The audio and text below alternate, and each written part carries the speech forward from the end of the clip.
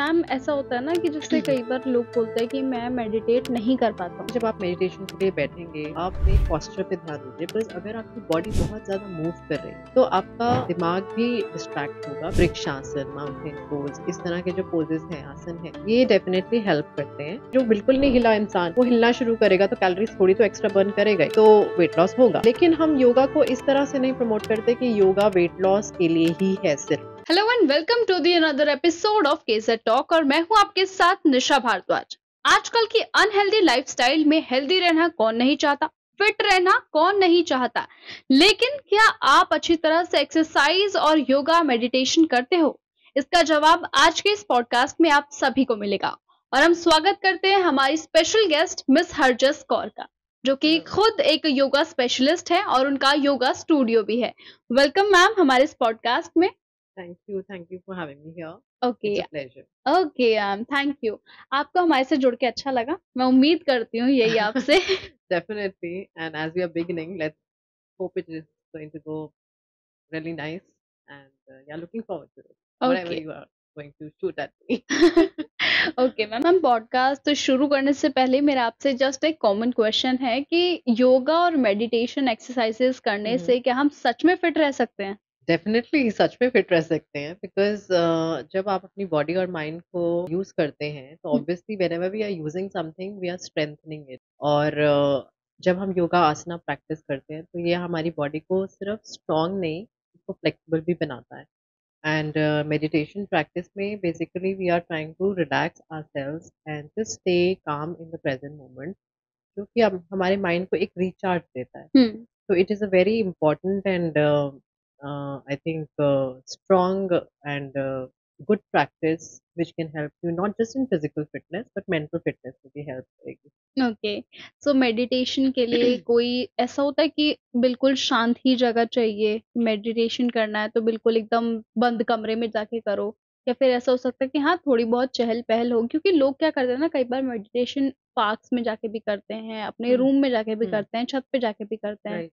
तो इसके लिए क्या ऐसा कुछ है? क्योंकि ये मिथ बनाया हुआ है कि नहीं, इसको बिल्कुल शांत जगह जाके करो। सी आइडली जैसे हम मेडिटेशन जब शुरू करते हैं तो हमें एक एटमॉस्फेयर चाहिए होता है। हम्म। आई वुड नॉट से कि नहीं चाहिए वो एटमॉस्फेयर, क्योंकि मेडिटेशन प्रैक्टिस क्या है, it's a practice of silencing. Hmm. अपने अपने बॉडी को स्थिर रख के अपने माइंड को शांत स्टिलनेस में लाना है सो दैट और स्टिलनेस में नहीं भी लाना है तो एक ऐसी स्टेट में लाना है जब आप अवेयरनेस की स्टेट जिसे कह सकते हैं। तो अगर आपके आसपास बहुत सारी डिस्ट्रैक्शंस होंगी तो ऑब्वियसली आपको ज़्यादा मेहनत करनी पड़ेगी, ज़्यादा अपना अपने अंदर कंट्रोल लाना पड़ेगा। Hmm. So as a beginner I would say definitely अगर आप एक शांत जगह पर जाकर मेडिटेट कर सकते हैं तो वो आपको हेल्प करेगी। ओके। सो या अदरवाइज लेकिन इसे एज एन एक्सक्यूज नहीं रखना चाहिए कि आपने कभी आप ट्रैवल कर रहे हैं, मेरे हम्म। पास मेरा रूम नहीं है या ऐसा नहीं है तो मैं नहीं करूँ, तो आप कहीं पे भी एक शांत जगह लेकर या even just in your bedroom you can just sit on one side and do it. So not making an excuse basically. Okay. So meditation से आपका कंसंट्रेशन लेवल जो होता है वो सच में बूस्ट होता है? बिल्कुल, क्योंकि जो मेडिटेशन है वो सीधा हम मेडिटेट कर ही नहीं सकते। हम्म। पहला स्टेप ही ये है कि आपको अपनी बॉडी को स्टिल करना है। दूसरा स्टेप आप कह सकते हो कि आपको अपनी ब्रेथ को हम्म। थोड़ा रिलैक्स करना है, क्योंकि ब्रेथ एंड माइंड कनेक्टेड। तो जब आपका ब्रेथ और माइंड कनेक्टेड है, जब आपकी ब्रेथ शांत होगी तो आपका माइंड भी शांत होगा। अगर आपका माइंड थियोटिक है तो आपकी ब्रेथ भी शैलो और फास्ट होगी, तो इट्स अ कनेक्शन। जब आप अपनी बॉडी और ब्रेथ को कंट्रोल करते हैं तो आपका माइंड भी धीरे-धीरे शांत होने लग जाता है। सो इसे कह सकते हैं concentration practice. Hmm. And then आप कोई ना कोई ऐसी चीज़ पे एंकर करते हैं अपना ध्यान। जैसे या तो आप अपने श्वास पे करेंगे, ब्रेथ हम्म। को यूज़ करेंगे एज़ एन एंकर, या you will just feel the body sensations, उसमें आप अपना ध्यान एंकर करेंगे, या sometimes you can use an external object also, जैसे आपने कोई कैंडल यूज़ कर ली या जिसे भी डेटी को आप फ़ॉलो करते हैं, उनकी फ़ोटो या स्टैच्यू पे मेडिटेट किया, उसको देखा। तो बेसिकली आप क्या कर रहे हो कि अपना जो दिमाग है, हम्म। उसको एक जगह लेकर आ रहे हो, कंसंट्रेशन पॉइंट पे। हम्म। सो जब आप मेडिटेशन में ये प्रैक्टिस करते हो तो आपकी कंसंट्रेशन नेचुरली बढ़ने लगती है। ओके, तो या थैंक यू। और मैम ऐसा होता है ना कि जैसे कई बार लोग बोलते हैं कि मैं मेडिटेट नहीं कर पाता हूँ, मेरा ध्यान नहीं लग पाता है। बहुत लोग बोलते हैं ऐसे कि मैंने तो घंटों-घंटों किया पर मुझसे तो नहीं हो रहा। तो क्या उनको कोई बॉडी पोस्चर पे ध्यान देना चाहिए या फिर उनका कुछ ऐसा है कि ऐसे नहीं सीधे बैठ के करो, बिल्कुल ही एकदम खो जाओ अगर तुम कर रहे हो तो? क्योंकि उन लोगों का ना बहाना होता है कि हमने तो 1 घंटा कर लिया पर हमें तो कोई रिजल्ट नहीं मिला। तो उनके लिए कोई ऐसा कुछ पॉइंट आप बता सकें? आई वुड फर्स्ट से कि जैसे हम मेडिटेट करते हैं ना, तो ये एक मिसकंसेप्शन है कि मेडिटेशन में आपका दिमाग पूरी तरह शांत हो जाना चाहिए, हुँ। बिकॉज वो तो एक बहुत हायर स्टेट ऑफ मेडिटेशन है। पहले जब आप मेडिटेशन के लिए बैठेंगे तो आप अपने पोस्चर पे ध्यान दीजिए, बिकॉज अगर आपकी बॉडी बहुत ज़्यादा मूव कर रही है तो आपका दिमाग भी डिस्ट्रैक्ट होगा, because wherever you are moving और taking your energy, the mind is also going there. तो इसीलिए बॉडी को स्टिल रखना इम्पोर्टेंट है। जब आप रीढ़ की हड्डी को सीधा रखते हैं तो उससे क्या होता है ना कि आपका अवेयरनेस लेवल बढ़ जाता है। हुँ। आप ऐसे स्लाउच करके बैठे हैं या सीधे बैठे, suddenly you will be more aware aware of your body, hmm, hmm. Surroundings, everything. So इसीलिए पोस्चर डेफिनेटली मैटर करता है जब आप मेडिटेशन में बैठे हो। तो इसीलिए हम पहले कंट्रोल लाएंगे फिजिकल पे, पोस्चर पे। फिर दूसरी चीज़ है कि आप अपनी ब्रीदिंग को शांत करेंगे। तो इसीलिए जब भी हम योगा, आसना और प्राणायाम प्रैक्टिस करते हैं, ये हमारी मेडिटेशन प्रैक्टिस को असिस्ट करता है। क्योंकि ऑलरेडी आपके पास एक सर्टेन कंट्रोल आ जाता है towards your body hmm. And towards your breath with pranayama. तो आपकी अगर श्वास शांत है, तो आपका दिमाग भी शांत ही रहेगा। So that is how you try to slow down your mind. But फिर भी ऐसे बीच में आप बैठे हैं अगर मेडिटेशन के लिए, बीच-बीच में आपको फिर भी ख़्याल आएँगे। हुँ। तो आइडिया इज़ जो भी हो रहा है, उसको एक विटनेस, साक्षी भाव की तरह देखना है। इट डज़न्ट मैटर कि थॉट आया है तो आने दो, चला भी जाएगा। हुँ। You know, it's like you just let everything come and go the way it is coming and going. Don't stick to anything. So okay. that's the idea of meditation. And slowly जब आप इस चीज को practice करोगे, आपकी thought कम होने लगेंगी। हुँ। उसको पुश नहीं कर सकते थॉट्स को, जस्ट रियलाइज करना है कि मुझे थॉट आ गया। अब मैं वापस जो भी हमारा एंकर है, लेट्स से हमने श्वास पे ध्यान दिया है, वो हमारा कंसंट्रेशन पॉइंट है, या हमने बॉडी सेंसेशंस पे ध्यान दिया है, वो हमारा कंसंट्रेशन पॉइंट है, तो come back to that, let the thought come. But again whenever you watch कि मेरे को थॉट आ गया, मैं डिस्ट्रैक्ट हो गया या हो गई, तो आप वापस आ जाओ। ओके। सो दिस वे आपकी कंसंट्रेशन भी बढ़ेगी हुँ। और आपकी मेडिटेशन प्रैक्टिस भी डीप होगी। हुँ। तो हम मेडिटेशन करके मतलब अपनी ब्रीदिंग को ऐसा बोलते हैं कि सुन सकते हैं। हम अपनी साँसों को सुन सकते हैं कि हमारी कब हो रही है, इन्हेल कब कर रहे हैं, एक्सहेल हम्म, कब कर रहे हैं, तो हमें सब सुनाई देता है। तो ऐसा होता है सच में?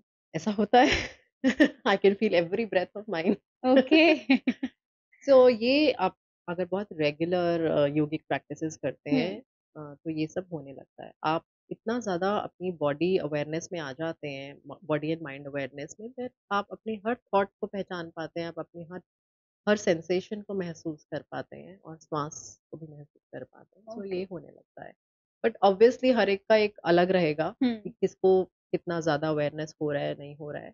पर ये होने लगता है। Definitely from day 1 to day whatever you have reached, hmm. There will be a difference. Okay. ऐसा कहते हैं कि सुबह-सुबह ना मतलब प्रातः काल पे ही करना चाहिए जब भोर होती है हुँ, हुँ। 4 से 5 के बीच में ही योगा करना है तो राइट। मेडिटेट करना है। तो वो टाइमिंग सच में होती है या फिर तुम किसी भी टाइम कर सकते हो? ये जो सुबह का जिसे कहते हैं ब्रह्म मुहूर्त, ब्रह्म मुहूर्त। ब्रह्म मुहूर्त, हुँ। ब्रह्म ब्रह्म मतलब भगवान का हुँ। टाइम। सो डेफिनिटली वो ऐसा टाइम है जब सबसे ज़्यादा शांति होती है इस प्लैनेट पे। हुँ। तो everything is very quite at that time hmm. And most quite at that time. तो इसीलिए और जो भी वातावरण में जितना भी एनर्जी है, हुँ। वो थोड़ी स्थिर होती है। ओके। तो आपको असिस्ट करेगी। अगर हुँ। आपने उस टाइम पे ये सब प्रैक्टिसेस की, जो कि हम अपने अंदर एक स्थिरता पैदा करने के लिए ही कर रहे हैं, तो वो आपको हेल्प करेंगी। तो इसलिए वो टाइम बेस्ट है। हुँ। लेकिन हमें ये भी देखना है कि हम मॉडर्न सोसाइटी में रह रहे हैं जो पूरी हिल चुकी है। हाँ, रात-दिन का बिल्कुल सिस्टम फ़र्क ख़त्म हो खत्म हो चुका है। चुका है। सो अगर आपका काम ऐसा है कि आपको रात को काम करना है हुँ। और पूरी रात काम करना है, बस तो ब्रह्म मुहूर्त का टाइम ही नहीं है, नहीं होता है। तो इसे एक एक्सक्यूज़ ना बनाएँ, किसी भी टाइम कर लें। Generally early morning before sunrise or during sunrise, and then before sunset is a good time for all Okay. these practices. हम्म लेकिन फिर आप अपना दिनचर्या देखिए और उसके अकॉर्डिंगली कहीं पे फिट कर लीजिए। कोई भी एक रेगुलर टाइम बना लीजिए, हम्म क्योंकि हमारी बॉडी को ना, हमें हमारे माइंड को तो डिस्ट्रैक्शंस पसंद है हाँ एंटरटेनमेंट अलग-अलग चीज़ें पसंद है, लेकिन हमारी बॉडी को सेम चीज़ें पसंद है। इन द हम्म सेंस हमारी बॉडी ज़्यादा हेल्दी तब रहती है और इवन माइंड, जब हम रूटीन्स को फॉलो करते फॉलो हैं। करते हैं तो इसीलिए अगर आप योगा कर रहे हैं या मेडिटेशन कर रहे हैं, लेट्स से सुबह या दोपहर को या शाम को जिस भी टाइम कर रहे हैं, तो मेक इट अ पॉइंट कि आप सेम टाइम पे करो, अगर कर सकते हो। Okay most of the time, even not, अगर रोज नहीं भी, most of the time you try to stick to one routine कि आप इतने बजे ही खाना खाओ, इतने बजे ही सो और इतने बजे ही मेडिटेशन करो। मेडिटेशन तो करो वो आपको again it will help in your meditative practice. Okay thank you ma'am इतना तो हमारी ऑडियंस को कम से कम समझ आ गया होगा अब जैसे ये बोलते हैं ना कि आप योगा से अपनी हाइट को भी बढ़ा सकते हो काफी तरह के आसन्स होते हैं तो क्या सच में बढ़ाई जा सकती है ऐसे हाइट नहीं, हाइट नहीं बढ़ती है, एक एज के बाद हाइट नहीं बढ़ती है। हम्म बच्चों में डेफिनेटली इट कैन हेल्प, हम्म क्योंकि वो ग्रोइंग एज में है, तो ग्रोइंग एज में तो एक टाइम होता है जब तक हाइट बढ़ती है। हम्म तो अगर वो फिजिकल फिटनेस रखेंगे, तो उनकी बॉडी में ग्रोथ ज़्यादा होगी। एंड योगा में भी जैसे कुछ ऐसे आसन हैं जैसे जिसमें आपकी बॉडी खिंचाव में आती है, हम्म तो उस तरह के आसन जैसे कहते हैं, जैसे माउंटेन पोज है, वृक्षासन, माउंटेन पोज, इस तरह के जो पोजेस हैं, आसन हैं, ये डेफिनेटली हेल्प करते हैं। एंड इन जनरल जब हम फिजिकली फिट रहते हैं तो ग्रोथ में assistant, like for kids, for hmm growing children, उनके लिए डेफिनेटली इंक्रीज हो सकती है। लेकिन एज एडल्ट हाइट नहीं इंक्रीज होएगी, बट आपका पॉस्चर इंप्रूव होता है ना, तो आप 1-2 इंच टॉल लगते हो। ओके तो जैसे अगर कोई हंच बैक रख के बैठता है, तो हम्म वो एक डलनेस भी लगेगा उसकी बॉडी माइंड में, वो डल भी दिखेगा और उसका पोस्चर भी उसकी हाइट घटा देगा, इन द सेंस कि आपकी हाइट घट ही रही है ना, हम्म रीढ़ की हड्डी दबती है जितनी ज़्यादा, तो आप उतना ज़्यादा हंच्ड बैक में आ जाते हो। तो इसीलिए जितना आप उसको सीधा रखोगे, उतना ज़्यादा आपका पोस्चर अच्छा दिखेगा, हम्म कॉन्फिडेंस लेवल बढ़ेगा, आप अच्छे दिखोगे and it will make you feel taller. Okay चाहे वैसे हाइट नहीं बढ़ रही है, but it will increase your height visually, hmm देखने से 1-2 इंच का फ़र्क लगता है, अगर आपका पोस्चर सही हो तो। ठीक है तो अब जैसे अगर हमें बच्चों को योगा की आदत डालनी हो तो उनके लिए ऐसी कौन सी एज है जिसमें हम उनको आदत डाल सकते हैं कि हाँ वो रेगुलर अपनी प्रैक्टिस कर सके इस चीज की आई वुड से जितनी जल्दी हो सके उतना अच्छा। हम्म ऐसी कोई एज नहीं है। अ जैसे हमारे शास्त्रों में आई थिंक वो अर्जुन के जो एक बेटे थे, नाम मैं भूल रही हूँ, but hmm he got the knowledge, yogic knowledge in the womb of his mother, mother हाँ राइट? जो उन्होंने वो कुरुक्षेत्र में सॉरी नॉट कुरुक्षेत्र, जो उन्होंने चक्रव्यूह भेदा चक्रव्यूह में था यूज़ की थी, राइट? एक सूत्र रह गया था इसलिए वो फँस गए थे हम्म चक्रव्यूह में, वो एक अलग बात है। लेकिन he learned yoga in the womb of his mother, right? So hmm there is no age as such. You can start learning yoga as soon as possible. जब हम पोस्चर्स की बात करते हैं या एक क्लास की बात करते हैं बच्चों के लिए, तो वो तो जब बच्चे जितने बड़े हो जाए कि वो अपने आप को एक क्लास में एनरोल कर सकें, जा सकें, खुद को इतना सँभाल सकें कि आप एक योगा क्लास अटेंड कर सकते हो, तो दैट्स अ गुड टाइम।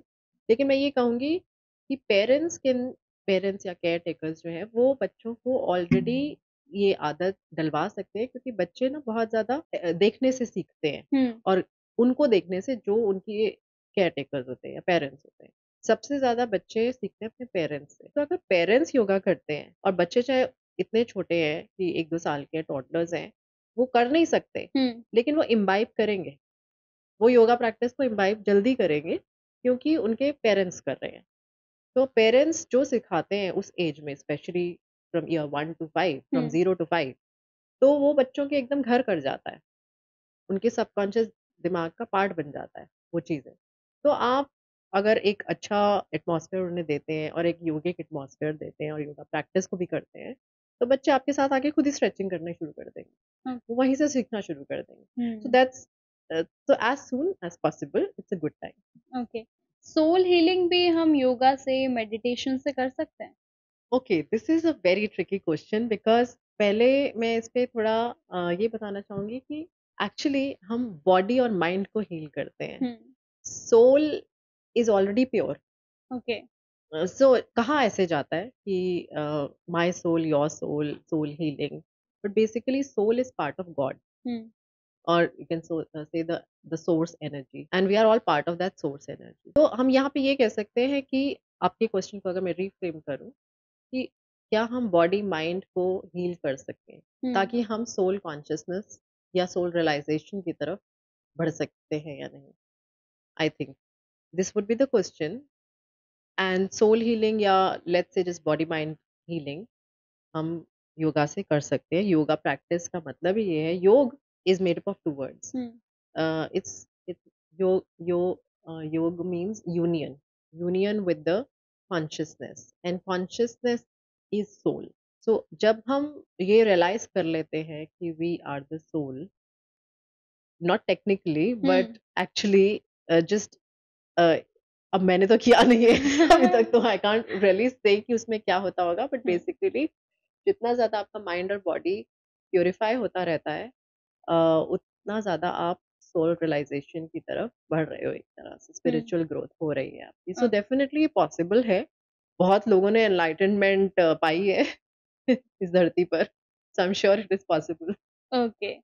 ऐसा हो सकता है कि हम योगा से, मेडिटेशन से या एक्सरसाइज़ेज़ से जो है अपने थॉट्स को अपने काबू में रख सकते हैं। क्योंकि कई बार हम लोग नहीं कर पाते, अगर हम एक जगह पे कॉन्सन्ट्रेट कर रहे हैं, तो हम उसी चीज़ पे नहीं कर पाते, हमारे थॉट्स काफ़ी एक ऐसे कहते हैं ना कि 10 सेकंड में हमारे पास 100 थॉट्स आ जाते हैं, तो हम उस चीज़ को कंट्रोल कर सकते हैं। बिल्कुल कर सकते हैं, ये सब प्रैक्टिसेज़ बनी ही इसलिए है कि हम ये सब चीज़ें कंट्रोल कर सकें। हुँ, हम अपनी थॉट्स को कंट्रोल कर सकें, हम अपनी लाइक्स एंड डिसलाइक्स को कंट्रोल कर सकें ताकि वो हमें कंट्रोल ना करे। हुँ, सो ये सब प्रैक्टिसेस डेफिनेटली हेल्प करती हैं। जैसे मैंने आपको कहा, जब आप मेडिटेशन प्रैक्टिस करते हो तो आपका फर्स्ट स्टेप है कंसंट्रेशन। हुँ, कंसंट्रेशन जब आप करते हो तो आपकी थॉट्स आधी हो जाती हैं। When you are concentrating at one spot तो आपकी थॉट्स जो आएँगी, डिस्ट्रैक्ट करेंगी। जैसे अभी हमने डिस्कस किया था कि मेडिटेशन का पर्पस ये नहीं कि थॉट्स को ज़बरदस्ती भगा देना है। हुँ, आ गई है, देख लो, आगे बढ़ो, वापस आ जाओ अपने एंकर पर।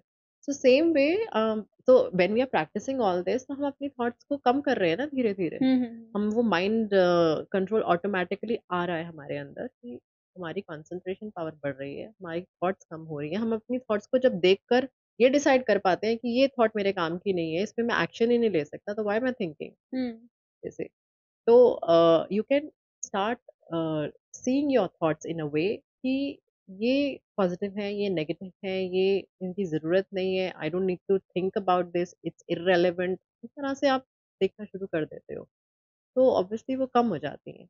और yoga and pranayama practice assist करती हैं ये सब चीज़ें करने में, क्योंकि आपका जब बॉडी रिलैक्स होता है योगा प्रैक्टिस करने के बाद, तो इससे बॉडी के जो सिस्टम्स हैं वो रिलैक्स हो जाते हैं।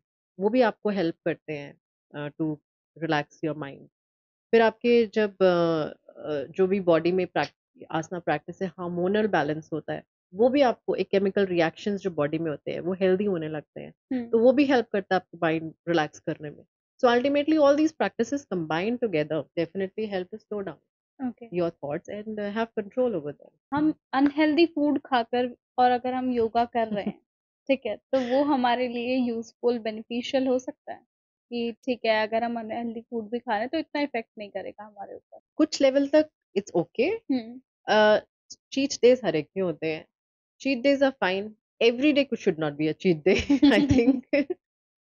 देखो, लेकिन ये है कि अब जब आप योगा करते हो, एक्सरसाइज़ भी करते हो, तो बॉडी में आपको फूड फूड क्यों खाते हैं लोग उल्टा-सीधा? पहली बात ये है कि हम क्यों खाते हैं वो खाने जो एक्चुअली हमारी बॉडी के लिए या माइंड के लिए अच्छे नहीं हैं। वो हम इसलिए खाते हैं क्योंकि हम इमोशनली डिपेंडेंट होते हैं खाने पे। हुँ, खाना खाते ही इंस्टेंट डोपामाइन रिलीज़ होता है, फ़ील गुड फैक्टर रिलीज़ होता है।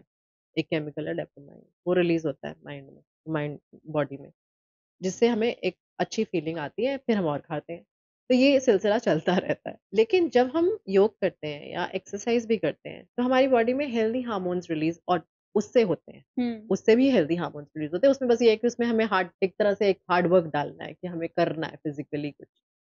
खाना इज इजियर देन दैट। लेकिन जो भी है, वो हार्ड वर्क हम अगर डाल लेते हैं एंड फिर हमारी बॉडी में वो हैप्पी हार्मोन्स रिलीज होते हैं, तो we don't need that much of food. तो अगर आप योगा या एक्सरसाइज करते हो हम्म। कॉन्स्टेंटली, तो आपको जो वो नीड होगी ना, इमोशनल डिपेंडेंसी होगी फूड पे, वो ही कम हो जाएगी। तो आप उल्टा सीधा कम ही खाओगे।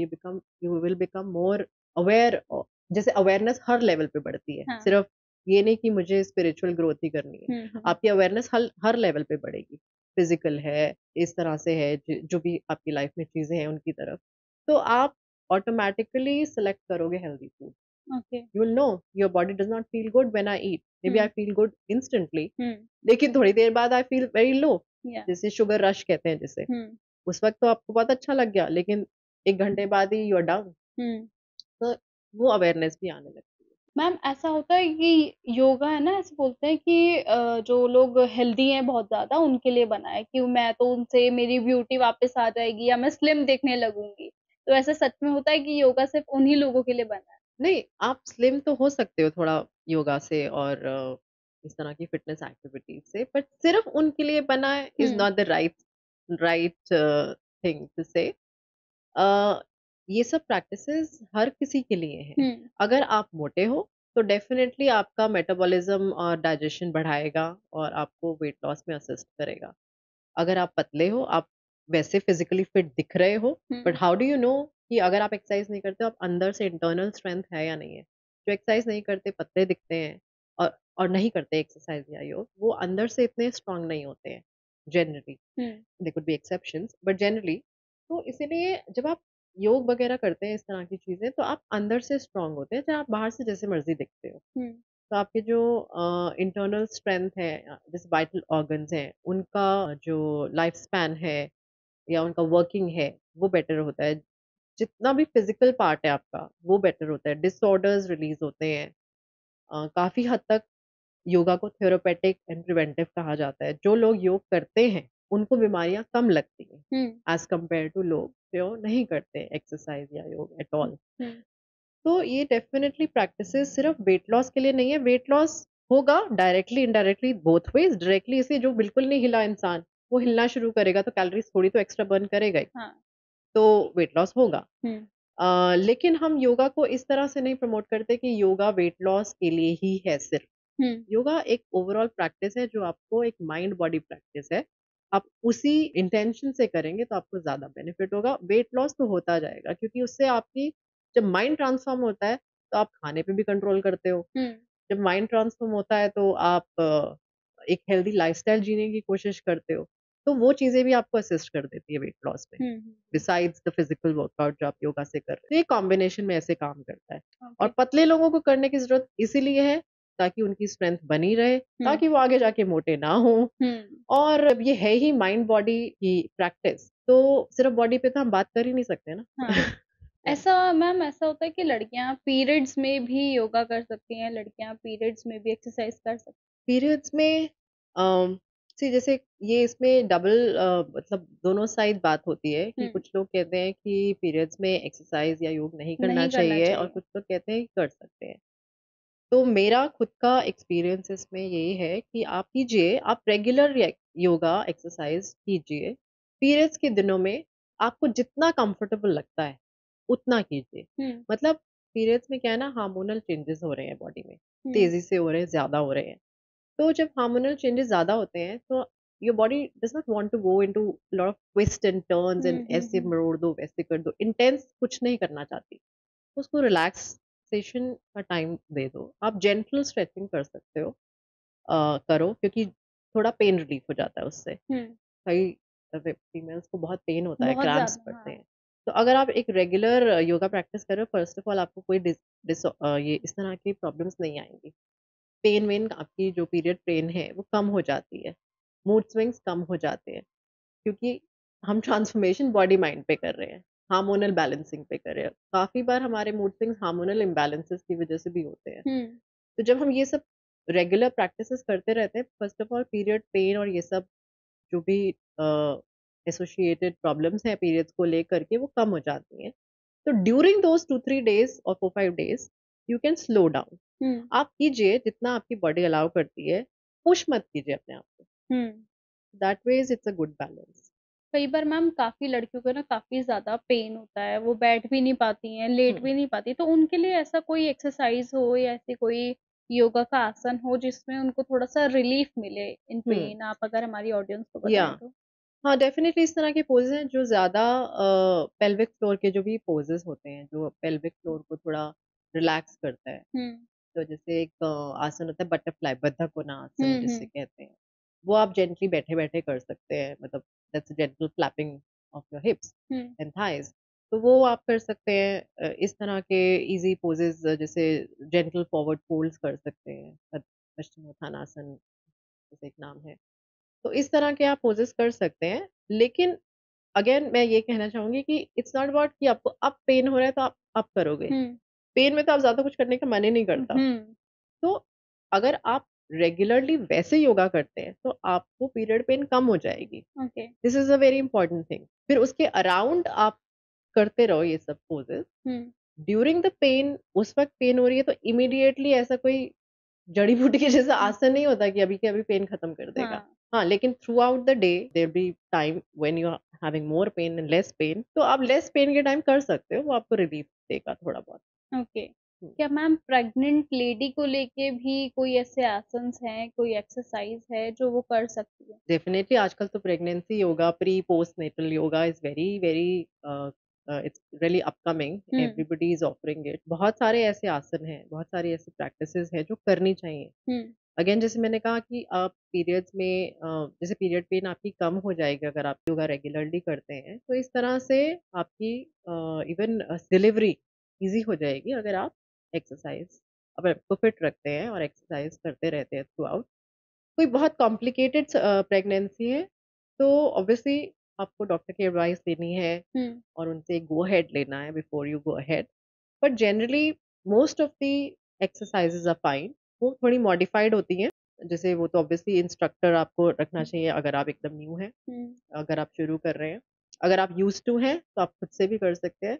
स्लाइट मॉडिफिकेशंस के साथ सिमिलर पोजेज़ होते हैं जो आप कर सकते हैं। Okay, Obviously with some changes, some hmm, poses you have to avoid, some poses you can do. तो जैसे pelvic floor को strengthen करने की exercises करनी चाहिए because you hmm, need that strength in your pelvic area to deliver. हुँ, तो उस तरह की exercises पे ज़्यादा focus होता है during pregnancy and mind calmness के ऊपर भी, क्योंकि mood swings भी बहुत बढ़ जाते बहुत हैं। ज़्यादा बढ़ जाता है। तो meditation practices और breathing exercises भी बहुत help करती हैं। आप योगा को आगे चलकर किस तरह प्रमोट कर सकते हैं या फिर आप किस लेवल पे अब योगा को देखना चाहते हैं अब आगे कि हाँ ठीक है अनहेल्दी लाइफस्टाइल बहुत हो गई है पर इसके साथ योगा भी होना चाहिए? प्रमोट तो यही इसी तरह से कर सकते हैं कि ज़्यादा से ज़्यादा लोगों को जोड़ा जाए योग से। हुँ, और जब हर कोई योग में आ जाएगा, धीरे-धीरे मेरा तो यही आई थिंक विज़न होगा कि everybody should practice yoga because it is